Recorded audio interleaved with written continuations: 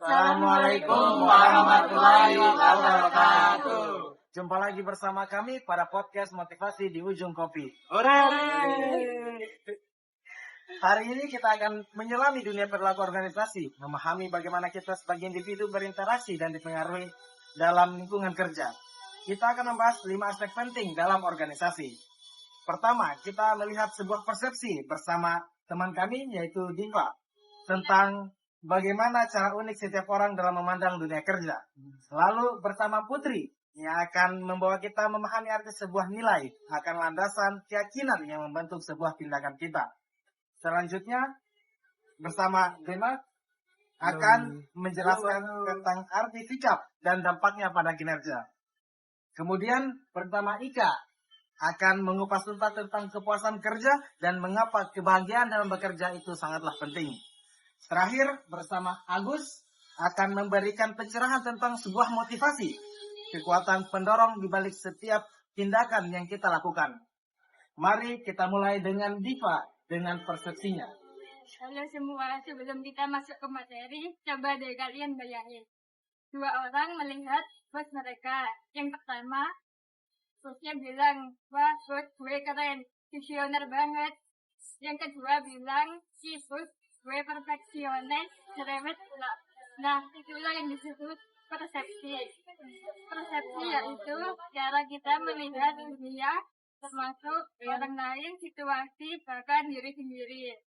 Menurut Robin, persepsi yaitu proses kita ngatur dan ngerti informasi dari indera kita.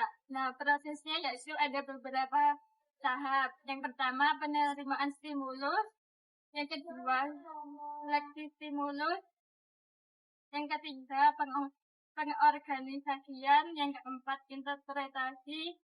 Yang kelima, reaksi.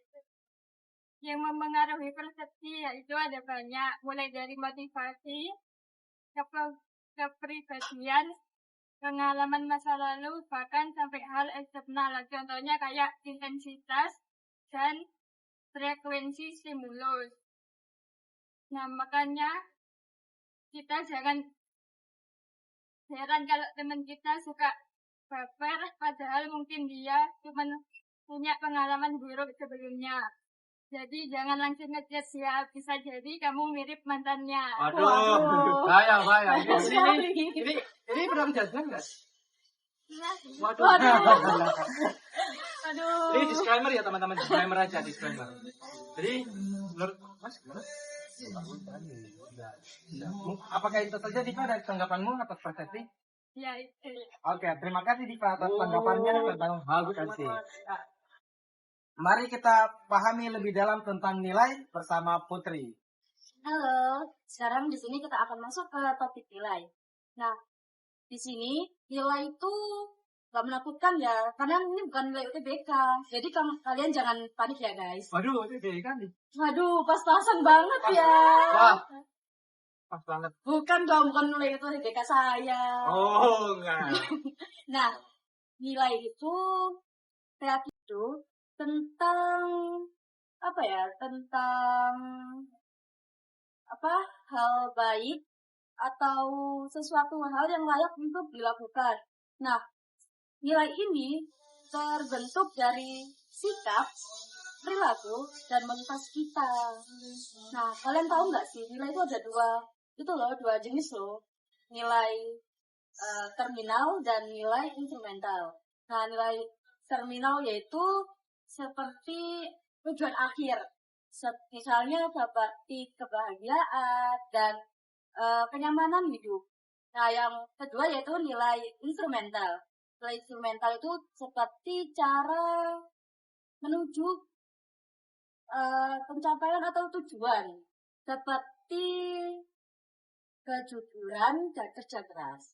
Nah, si nilai ini itu bisa terbentuk dari banyak lingkungan seperti keluarga, teman, sahabat, atau pasangan. Coba kalian pikirin, kalau kerja keras itu penting, tapi tontonan kalian itu sinetron yang judulnya itu seorang pengusaha sukses, tapi bangun tidur dia menjadi kaya raya.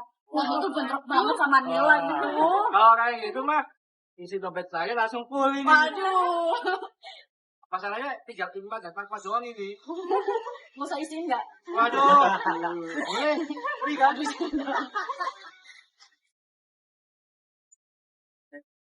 Menarik sekali ya pendapat dari Putri. Oke, mungkin selanjutnya kita akan membahas tentang sikap dan dampaknya di tempat kerja bersama Dewan. Wah, terima kasih hari ini teman-teman kalian. Jadi kita tahu kan sikap itu penting dalam kehidupan. Nah, sederhananya itu dari dalam organisasi kita, sikap itu penting. Hal dasar yang paling basic itu sikap. Karena kalau sikap kita tidak baik sama orang lain, pastinya kita juga akan tidak bisa disenangi atau tidak dibikin bahagia sama orang lain karena sikap kita terlalu egois atau terlalu jelek. Berarti- Dalam sesi negatif. Nanti sikap ini sangat berpengaruh Pak. Oh, tentu. Bukan hanya basic sikap saja, tapi dan yang lain. Tapi yang berpengaruh untuk saya itu sikap.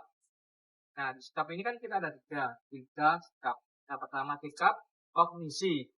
Sikap kognisi itu berarti tentang apa yang kita yakini. Contohnya percaya kalau diskriminasi itu salah. Oke. Yang kedua adalah sikap afeksi. Afeksi itu apa? Afeksi adalah perasaan kita terhadap sesuatu. Contohnya apa sih teman-teman? Kita kayak misalkan kita nggak merasa dengan orang lain itu kayak nggak suka diskriminasi. Mesti kan gambaran kita sebagai cowok atau orang lain yang nggak suka teman kita atau orang lain yang diskriminasi gitu. Jadi kita kayak sikap kita tuh, oh kayak kita itu bisa merasa kita itu kayak nggak tega kalau misalkan orang itu digituin atau kita tuh kok merasa tega kalau kita di orang lain gitu atau mungkin yang lainnya.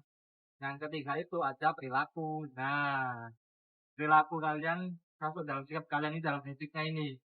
Nah, perilaku itu apa? Kecenderungan dari seorang manusia yang kita buat tidak berdasarkan keyakinan kita sendiri dan perasaan orang lain atau orang kita atau dari diri kita sendiri mungkin. Kenapa sih sikap itu penting dalam kehidupan? Ada yang tahu nggak? Kenapa tuh? Hal basic yang kalian nggak tahu tapi orang lain peka itu karena sikap itu pengaruh pada perilaku kerja maupun perilaku kita. Jika misalkan kita nih dalam sebuah organisasi atau sebuah perkumpulan nih contohnya, sikap itu kan penting dalam kehidupan. Pastinya kalau kita halo teman-teman kan itu kan basic banget. Kalau misalkan bahasa kayak yang gentle gitu kan, halo gimana teman-teman kabarnya?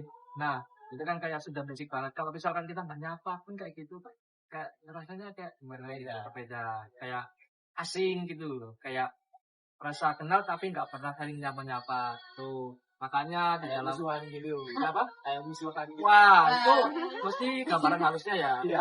Halusnya, tapi masih dalam sikap biasa aja, tapi tidak memujukan gitu. Nah, makanya sih sikap itu pasti dalam organisasi ataupun dalam perkumpulan ataupun dalam hal apapun itu. Nah, penting banget kita untuk menjaga sikap kita pada orang lain, apalagi terutama pada siapapun. Ya, khususnya pasti dari orang tua. Ya, nanti berujung ke orang lain. Nanti berujung ke diri kita sendiri. Sebenarnya basicnya ada tiga ini, awalnya dari diri kita sendiri, dari orang tua, dan dari orang lain. Kalau dari diri kita sendiri nggak bisa jaga sikap kita dengan baik, maka dua ini bakalan. Jadi mungkin segitu aja, karena ingat, sikap itu penting dalam kehidupan. Jangan merasa sikap kalian itu baik kalau memang kalian tidak bisa menjaga sikap kalian sendiri. Berarti sikap ini yang paling mempengaruhi dalam kehidupan, apalagi tentang komunikasi ya. Betul. Oke, mari kita lanjut ke pembahasan selanjutnya, yaitu tentang kepuasan kerja bersama teman kami, Ika. Halo, hari ini saya akan membagikan sedikit cerita mengenai apa sih kepuasan kerja itu. Jadi, kepuasan kerja itu adalah perasaan kita terhadap pekerjaan kita. Nah, kalau kita happy, otomatis pekerjaan kita itu menjadi positif. Nah, kalau sebaliknya, kalau kita kurang sehat gitu, pasti beda cerita sih. Nah, ada beberapa faktor yang dapat mempengaruhi kepuasan kerja. Yang pertama, gaji yang sangat worth it sama pekerjaan kita. Dan yang kedua, lingkungan kerja yang sehat, tak toksik. Terus yang selanjutnya yaitu hubungan aktif sama karya sama teman ya. Dan yang paling penting ini yaitu pekerjaan kita itu cocok sama kepribadian kita. Nah, kenapa sih kepuasan kerja itu penting? Karena dapat mempengaruhi produktivitas, tingkat kehadiran, dan loyalitas karyawan. Orang yang puas sama kerjanya, dia akan lebih semangat, lebih puas, dan lebih betah. Berarti kalau kita kerja sesuai basic itu kita akan bakal lebih puas ya Iya, hasilnya. pasti kita akan lebih puas, lebih senang lah menjalani sehari-harinya gitu. Nah, kalau misalkan ada karyawan tidak puas itu harus gimana ya? Pasti karyawan tersebut mempunyai pikiran seperti ingin cepat-cepat resign dari kantor, terus apa ya, ada juga yang memiliki pikiran seperti sabar nungguin perubahan dari kantor tersebut, terus ada juga yang cuek aja, tapi kadang kalau kita cuek pasti permasalahan tersebut akan lebih parah. Oh. Tapi mungkin ya orang yang nggak nyaman dari kerja ini kan kalau dari pandangan aku tidak menjadi kayak mungkin mereka itu nyaman sama passionnya cuma karena mungkin dari tunjangan atau kan karena kita apa ya realistis aja nih kalau di dalam sebuah etika apapun kita tidak sopan sama seatasan kita. Tapi kalau dalam kebutuhan kita masih belum ditunjangin, berarti kan itu akan mempengaruhi dalam perasaan dan etika kita, dalam kepuasan kerja juga pasti itu. Dan memungkinkan juga dari ini ya, penekanan kerjaan ya. Ah. Tekanan kerjanya tuh makin meningkat. Nah, belum lagi kan penambahan jam kerja Nah, yang nggak sesuai. Lagi lembur Sesuai sama itu. gajinya kan. Iya, lembur tambah gaji mau nggak? Nah, kalau satu kali lembur itu dibayar 50 nggak masalah. Dibayar 50.000 per lembur itu kan? Ya. Jadi, yes. Nah, makanya kan kepuasan kerja itu sangat penting dalam karena bisa jaga semangat dan rumah ringan. Berarti kepuasan kerja itu tidak hanya dibutuhkan oleh pemilik yang memiliki pekerjaan tersebut, tapi juga pekerja itu harus menjadi rasa puas dengan apa yang dikerjakannya ya. Oke. Mari kita membahas selanjutnya tentang bagaimana sih memahami motivasi itu bersama dengan teman kita, Mas Agung. Oke, ya. Nah, sekarang sahabat di sini yang masih membutuhkan motivasi untuk semangat berkuliah. Saya Saya. Pasti semuanya. Mau semester 3 semua.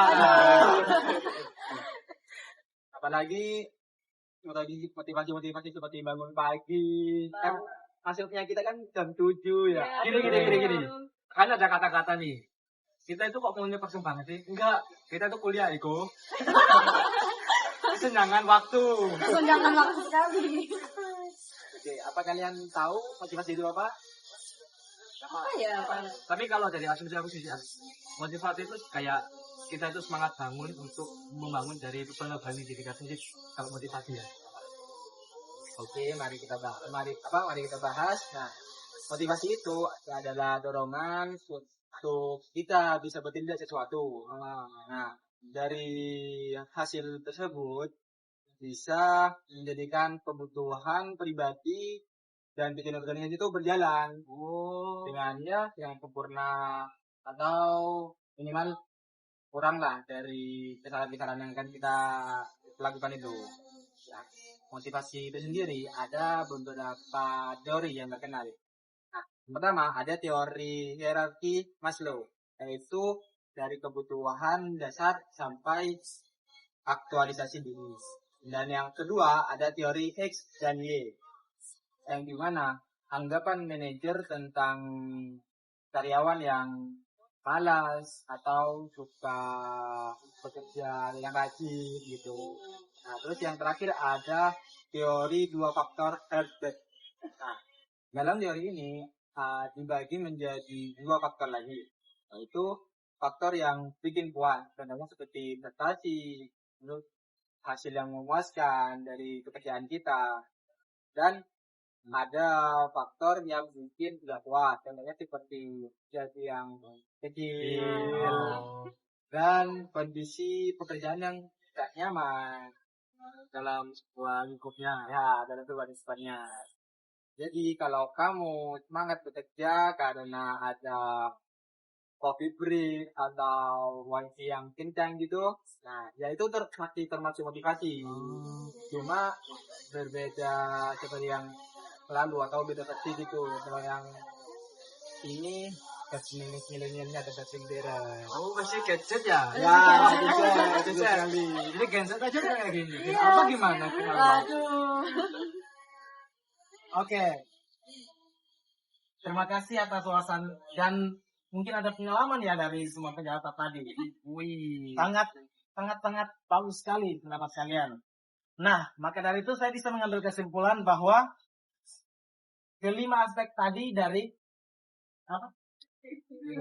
Persepsi, nilai, sikap, keputusan kerja, dan inovasi sangat berpengaruh pada pekerjaan, apalagi dalam berorganisasi. Mungkin jika kelima aspek tadi itu disatukan, maka sebuah pekerjaan atau organisasi itu akan berjalan dengan mulus, nyaman, tentram bagi anggota, karyawan, dan lain sebagainya. Mungkin itu saja dari podcast kami, podcast motivasi di ujung kopi. Terima kasih. Terima kasih semuanya. Mungkin dari kami itu saja. Wassalamualaikum warahmatullahi wabarakatuh.